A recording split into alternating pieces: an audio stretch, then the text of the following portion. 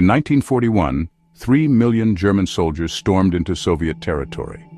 The goal? Erase Russia from the map, and for the first few weeks it looked like the plan would work. Soviet cities fell like dominoes.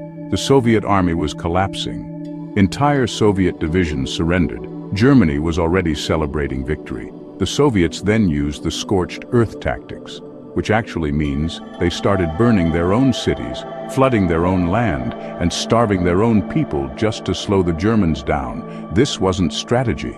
It was survival because the Soviets weren't fighting to win. They were fighting for existence. But why did Hitler attack Russia in the first place? Weren't they allies? Just 2 years earlier, Hitler and Stalin had signed a secret deal. They carved up Eastern Europe like cake, smiled for the cameras and pretended to trust each other. But Hitler never trusted anyone. He believed Russia was weak, corrupt, and rotten to the core. He thought that with just one punch and the whole thing would collapse, so he punched. Sunday, the 22nd of June, 1941, Operation Barbarossa. 3 million German soldiers stormed into Soviet territory with the goal of toppling the Soviet Union and taking over the oil-rich lands. But the Soviets didn't collapse. They adapted. Factories were moved thousands of miles east in days. Teenagers were thrown into battle with no rifles. The Red Army advanced deep into Russia, but as they reached Moscow, their summer uniforms were no match for minus 40 degrees Celsius.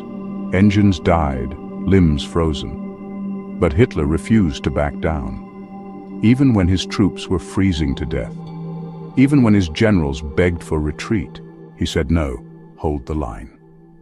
That single decision took away all the sugar in Hitler's delicious tea, and by the time Hitler realized his mistake, it was too late.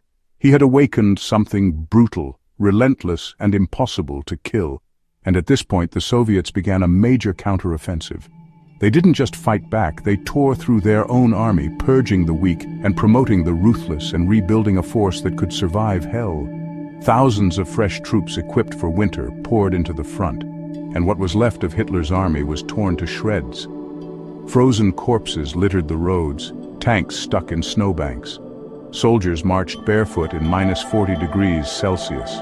Entire German divisions were encircled and wiped out, and Operation Barbarossa, the invasion meant to destroy Russia in weeks, had now turned into a slow death in the snow for the Germans.